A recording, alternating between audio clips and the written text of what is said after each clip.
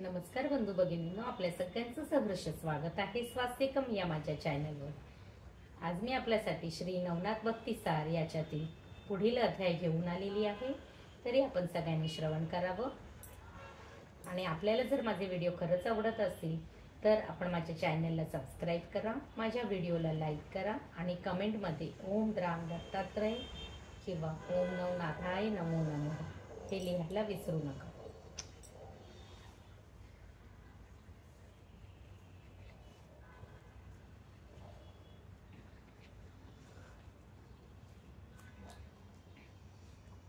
अध्याय 4 श्री गणेशाय नमः। भैरवांचा पराजय आणि कागणाची फजिती। श्री गणेशाय नमः। श्री रामेश्वराहून निघालेले मच्छिंद्रनाथ पुढे हिंगळा देवीच्या दर्शनास गेले। तिला आदिशक्ती ज्वालामुखी असेही म्हणत असत। तिचे स्थान भयंकर निबिड अशा अरण्यात खूप आत होते आणि मोठमोठ्या धैर्यधरांचाही जागीच प्राण जावा इतके भेसूर होते। तरीही नाथजी तिच्या दारी गेले। झाडीत लपलेल्या त्या महाकाय प्रवेशद्वारावर अष्टभैरवांचा जागता प्रहरा होता। मच्छिंद्रांना पाहताच त्यांनी त्यांची परीक्षा घेण्याचे ठरविले आणि गोसावाच्या रूपात प्रकट होऊन म्हणाले, काय हो, कोठे चाललात? त्यावर नाथांनी देवी दर्शनासाठी चाललो आहे असे उत्तर देताच ते म्हणाले, आम्ही देवीचे द्वारपाल आहोत। येथे येणाऱ्या प्रत्येकाच्या पाप पुण्याची चौकशी करतो आणि जे पुण्यवान असतील त्यांनाच आत सोडतो। तरीही कोणी खोटे बोलून आत जाण्याचा प्रयत्न केलाच तर ते द्वार लहान होते आणि मनुष्य आत अडकतो। म्हणून तुमचे पाप पुण्य आम्हाला सांगा आणि मगच पुढे जा।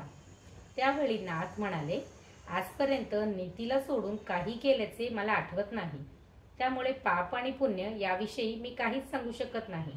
तसेच आजपर्यंत माझ्याकडून जी काही बरी वाईट कर्मे घडली असतील ती सर्व परमेश्वरासाठी घडली आहेत, म्हणून बाजूला व्हा आणि मला जाऊ द्या। पण भैरव हटले नाही।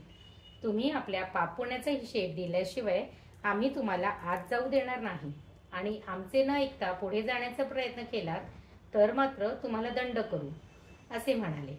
ते ऐकून मच्छिंद्र संतापले आणि त्यांच्याकडे तिरस्काराने पाहून म्हणाले, चिलटांनो, मला दंड देण्याची भाषा करू नका। या महासमर्थ नाथापुढे तुमच्यासारखे मशकांचे काही चालणार नाही। ते ऐकून आठही भैरव संतापले, लालबुंद झाले आणि आपापले शस्त्रास्त्रे उगारून नाथांवर धावले। तेव्हा त्यांनी चिमुटभर भस्म वज्रपंजर मंत्राने भारून आपल्या भाळी लावले। त्यामुळे त्यांचे शरीर वज्रासारखे अत्यंत कठीण झाले। भैरवाचे कोणतेही शस्त्र त्यांच्यावर चालेना। तेव्हा आपली समस्त शस्त्रे कुचकामी ठरलेली पाहून भैरवांना च्या समुदायाला भयंकर पिसाळले। त्यांनी त्यांच्यावर वात, काम, इंद्र, सर्प, ब्रह्मा, रुद्र, दानव, कृतांत अशा एकापेक्षा एक भयंकर अस्त्रांचा एकाच वेळी मारा केला।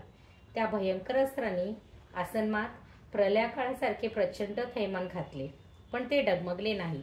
त्यांनी हाहाकार माजवणाऱ्या त्या अस्त्रावर अस्त्रांची योजना करून ती सर्व प्रभावहीन व नामशेष करून टाकली आणि त्याच वेळी वाताकर्षणाचा प्रयोग करून त्या सर्वांना निश्चित पाडले।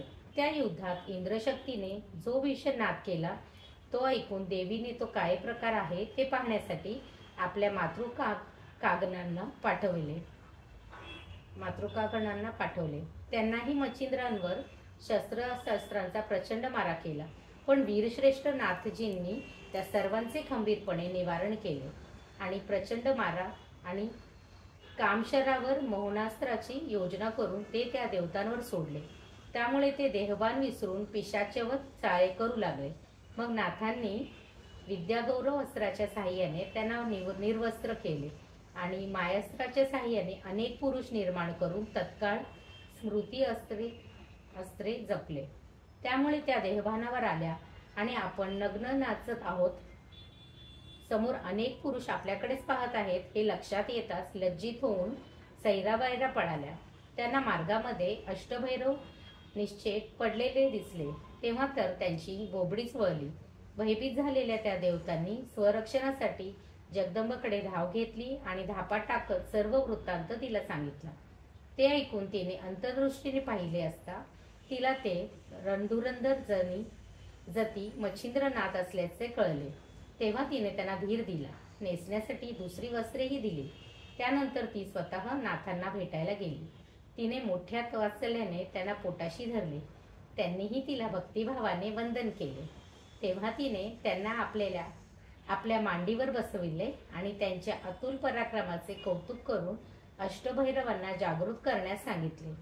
त्यावेळी तिच्या शब्दांना मान राखण्यासाठी त्यांनी वार्ताकर्षण अस्त्र काढून घेताच ते सर्व भैरव पुनश्च भानावर आले. त्यांनी अंबिकेच्या मांडीवर बसलेल्या नाथांच्या सामर्थ्याची व पराक्रमाची स्तुती केली आणि देवीला नाग अश्वत्थाची हकीकत सांगून आपण यांची परीक्षा पाहिल्याचे स्पष्ट केले. भैरवमुखींचा वृत्तांत ऐकून देवीच्या मनातही नाथांच्या विद्येचा चमत्कार पाहण्याची उत्सुकता निर्माण झाली. तेव्हा तिच्या विनंतीवरून त्यांनी नागास्त्र आणि वायुअस्त्राचा एकाच वेळी प्रयोग करून एका पर्वताला आकाशात उडवून त्याला भ्रमण करायला लावले. ते पाहून ती थक्क झाली.